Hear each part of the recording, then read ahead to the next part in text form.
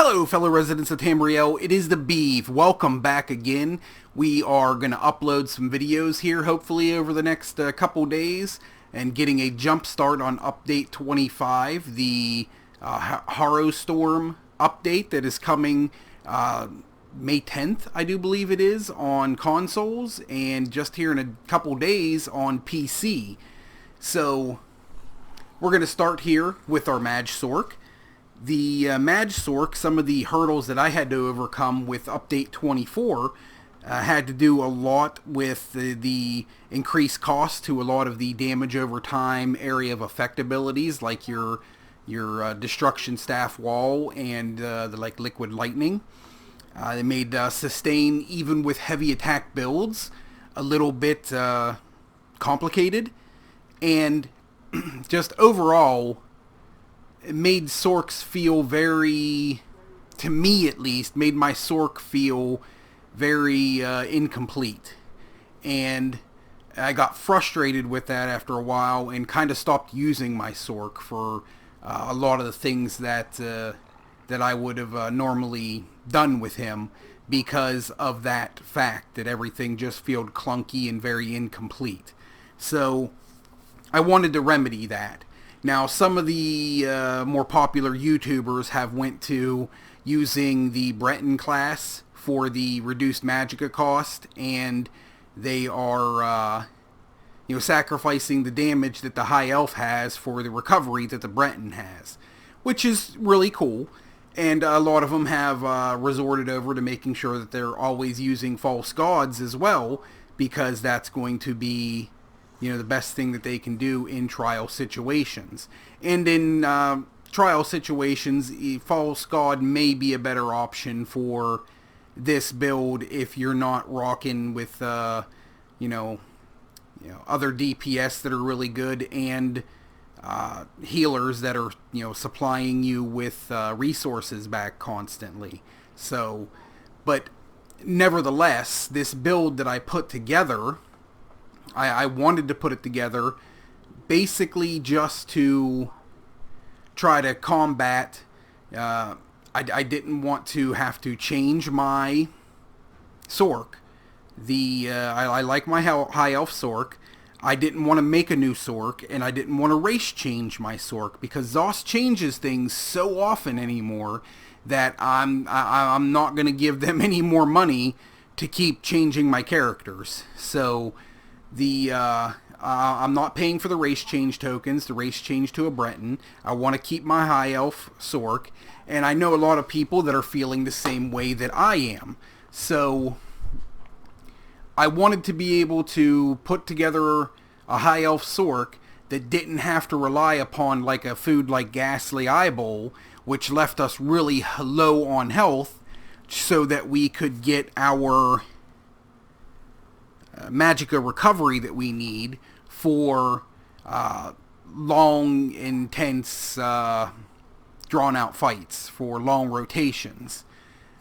I kind of switched sets around, tried some different things out, and I think I came up with something that's really good to start here. So first off, let's look at our character sheet.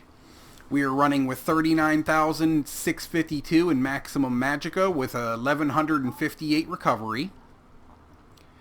We are running with 18,761 in maximum health and 1,009 health recovery. 10,027 maximum stam with a 637 recovery. We have a spell damage of 2,562. And a spell critical rating of 32.8. The 32.8 is lower than some of the other builds that we've had in the past, but we get it a little bit higher, honestly. So when we hit a pot, that goes to 42.8, and when we hit a crystal fragment, it's going to get another 5 or 6% from our dark magic passive, and we're going to be sitting real close to 50%. You're looking at, basically for the most part, every other hit being a critical damage. So with that, that's still a lot of critical damage, so we are using the Shadow Mundus Stone. We are using all body pieces and divines, which gives us 19% more critical damage done, so it makes our critical damage hit really hard. I am using Disastrously Bloody Mara. This is the reason why I have high health and health recovery. I have all 64 points in my Maximum Magicka.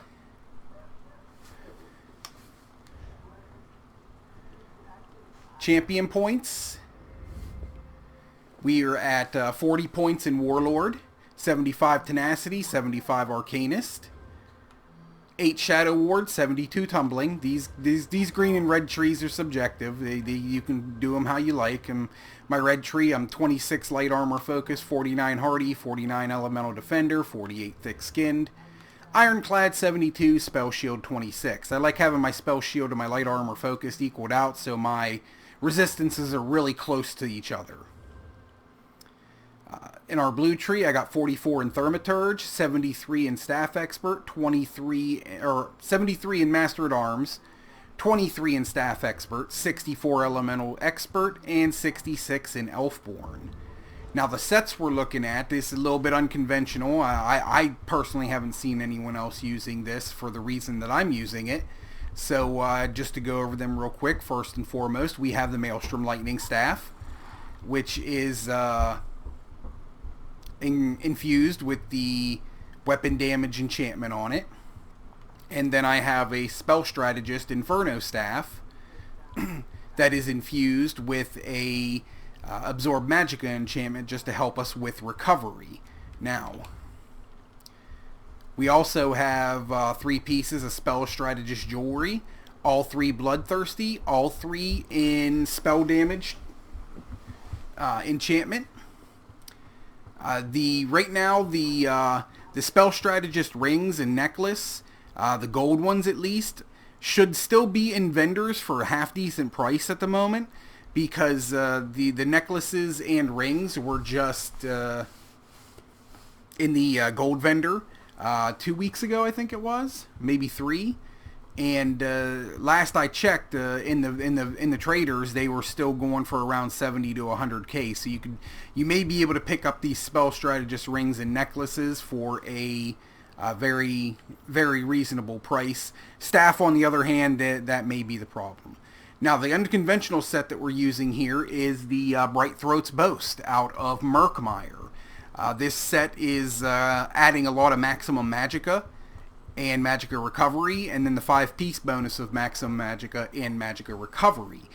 This is what allows me to use the Double Bloody Mara or the Disastrously Bloody Mara and still be able to sustain some longer rotations.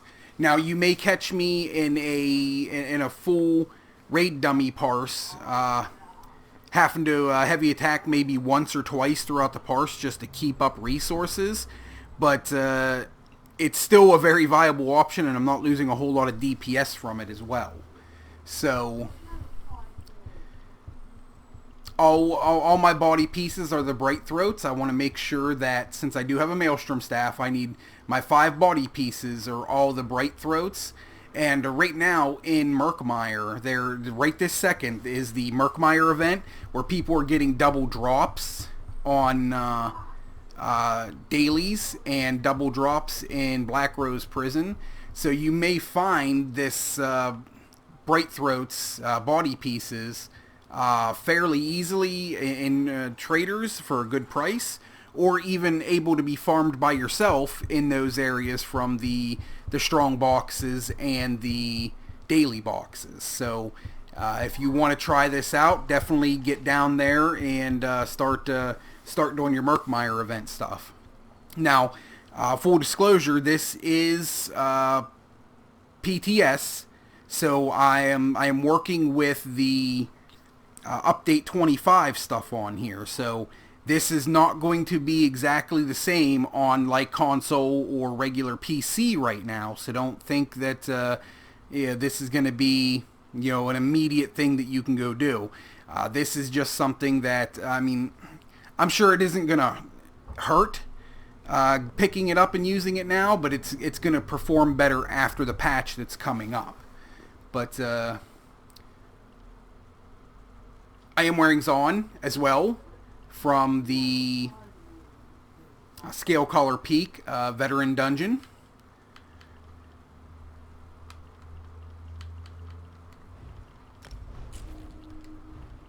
Charge these up real quick. Alright, so those are the gears that we're using.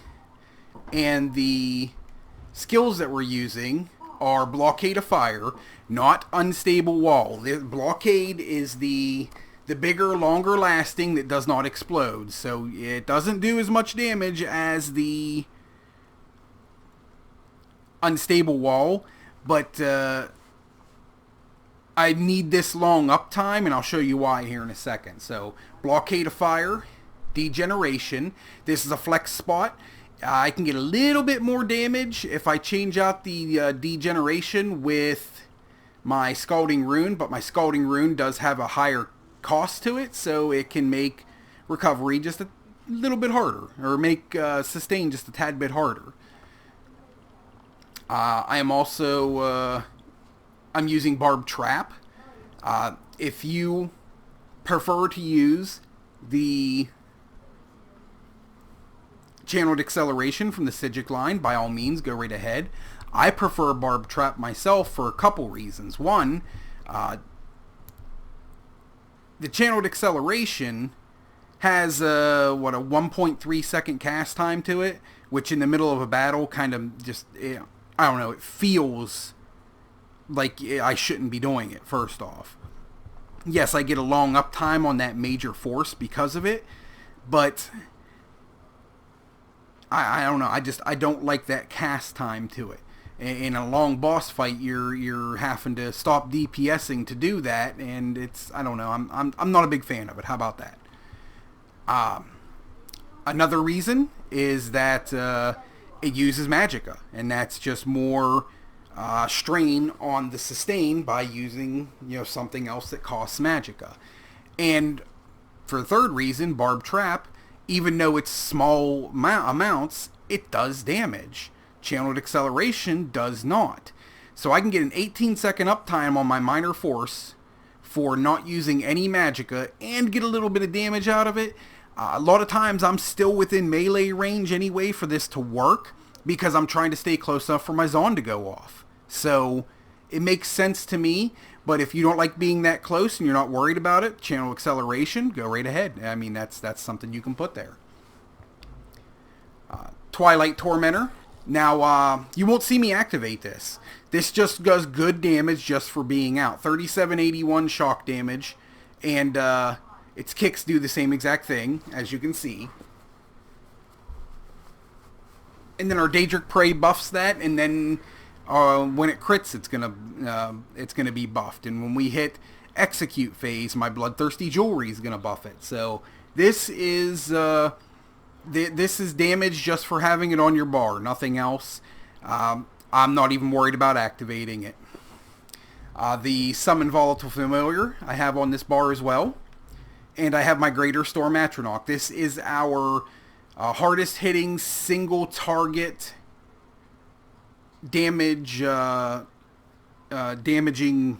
ultimate as a Sorc.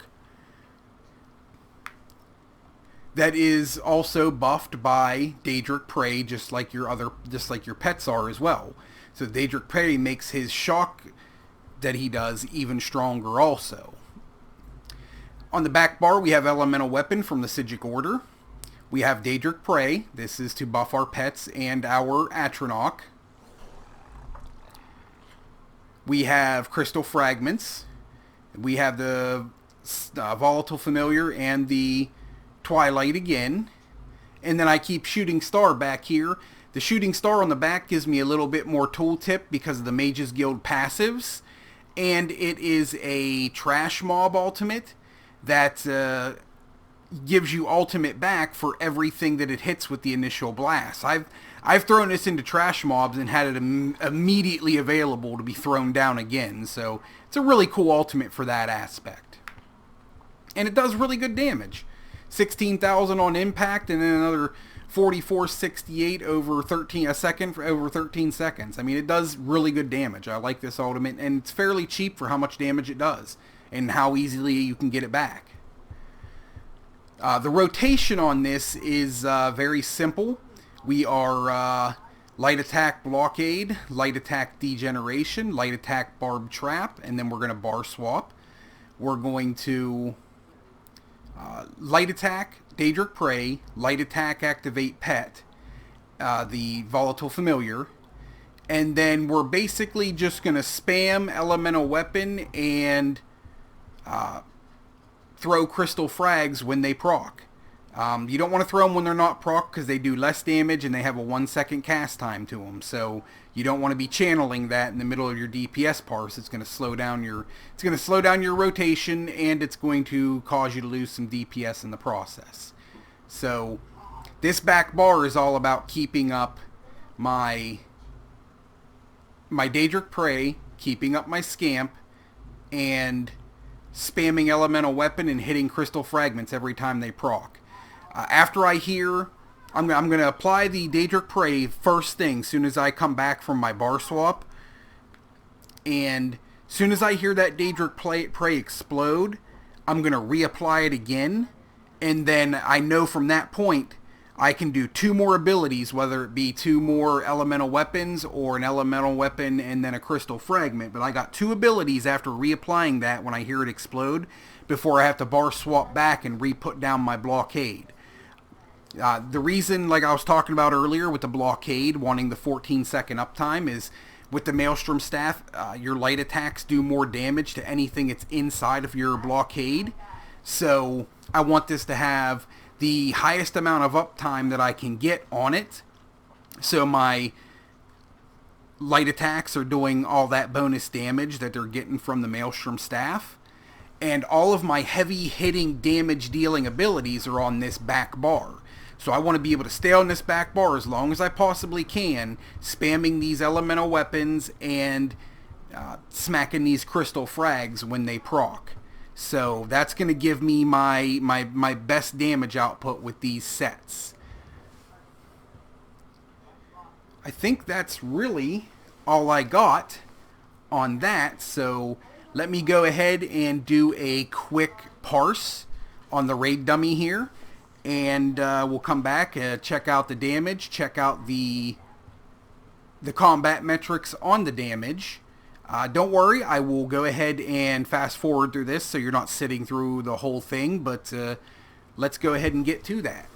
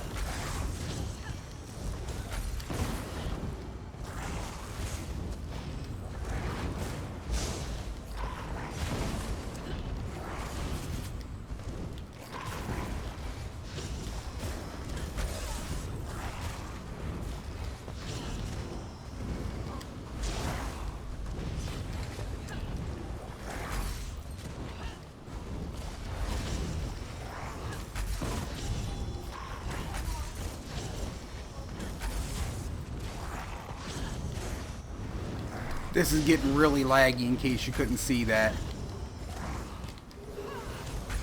You can watch my character actually hesitate between things. It's really, really messing things up. This is the problem with the PTS. Sometimes it just acts unaccordingly.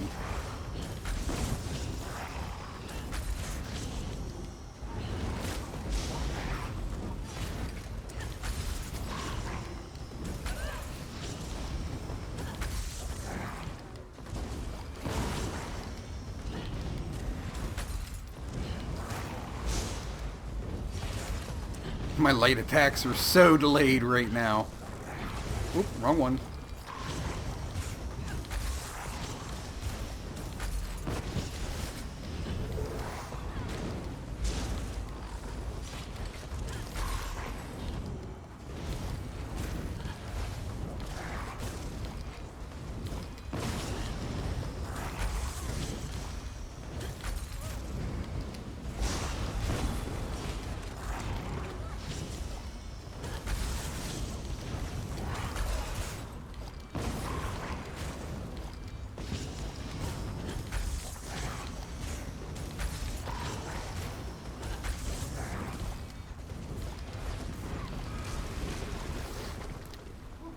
Alright, even through all the lag and garbage right there, 71,454.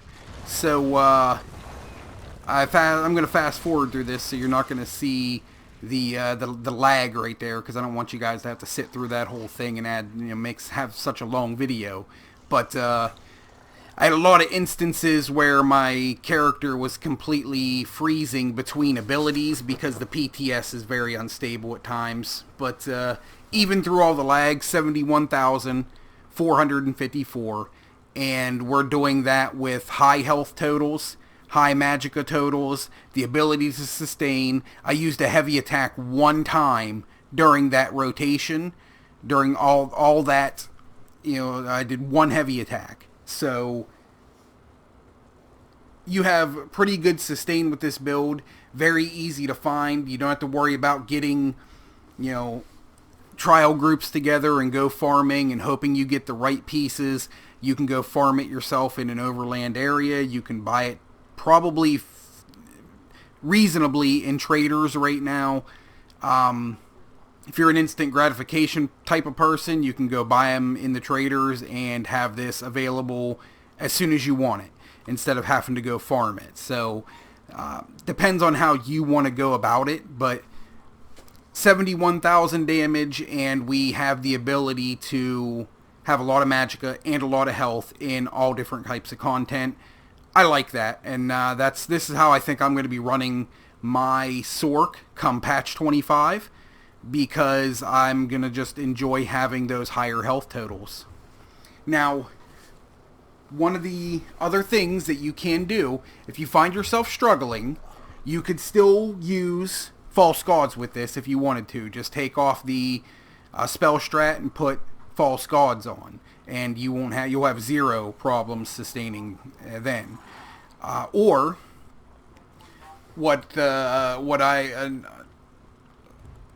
another thing that you could do if you feel like you're having trouble sustaining as well, rather than the disastrously bloody Mara, you can always go with Witch Mother's Potent Brew. Now your max stats are going to be a little bit lower. Your maximum magicka is 37, your maximum health is 16-1, but your magicka recovery is at 16-18. And when you hit a potion, it's going to be like in the 1850 range. Let's see. 1839. So you could theoretically do that right there to help your recovery. You will, if you're okay with running with 16k in health, you could do that and have really good recovery and have really you'd be able to sustain through a lot of fights even better. And if you do this, you could actually even go in that spell strategist bar. You could go ahead and, instead of having it infused with the Absorb Magicka, you could have it Nirnhoned with the Absorb Magicka. You should still be able to sustain just fine at that point. and you'll get that extra 200 spell damage on that spell strat bar, that back bar, because of the Nirnhoned. So there's a lot of different things that you could do with this build to make it different and make it your own. But these are hopefully you guys enjoyed the pieces of it that I put together here for you. That is literally all that I have for you today. I don't want to take up any more of your time. It's already been too long in my opinion, but real quick, like combat metrics, our light attack was our most damaging thing. 24.5% of our damage done, almost a quarter of our damage done, was done just because of light attacks. Light attack weaving is very important. Plain and simple, right there, proof is in the pudding. Below that is my crystal frags. They did 14% of the damage, and then elemental weapon did almost 10% of the damage. So those are, and look, Twilight Tormentor, right below the elemental weapon. Did almost as much as the elemental weapon. Well, about 2k less, so maybe not almost. But never activated that Twilight Tormentor one time, and it still averaged 5k DPS just from being on my bar. You can't beat that. That's awesome. But I think, yeah, that should be all I got for you guys. Oh yeah, the Spell Strategist, it's only active on the back bar, so you can like proc it on the back bar. But right here, it's not really that big of a deal. Yeah, you're going to get it to fall off every now and again, but my Spell Strategist stayed up 91% of the time. So if you have a good quick rotation, you don't have to worry about that Spell Strategist falling off very long. So, and right there shows it. So 91% of the time that Spell Strategist was active, and I was getting the extra 500 weapon or spell damage out of it. But that is all I got, guys. Thank you for tuning in. If you haven't already done so, please subscribe to the channel and like the video. That would be greatly appreciated. It allows other people to see it, and maybe this is what helps somebody that's been struggling get through a bad time on their own, and maybe they won't put the game down and walk away like so many other people have since Update 24 and since they started just sledgehammer nerfing things. So let's keep that from happening, guys. Let's let everybody see these videos. But that is all I got, guys. Thank you very much for tuning in. I appreciate it greatly, and happy adventuring.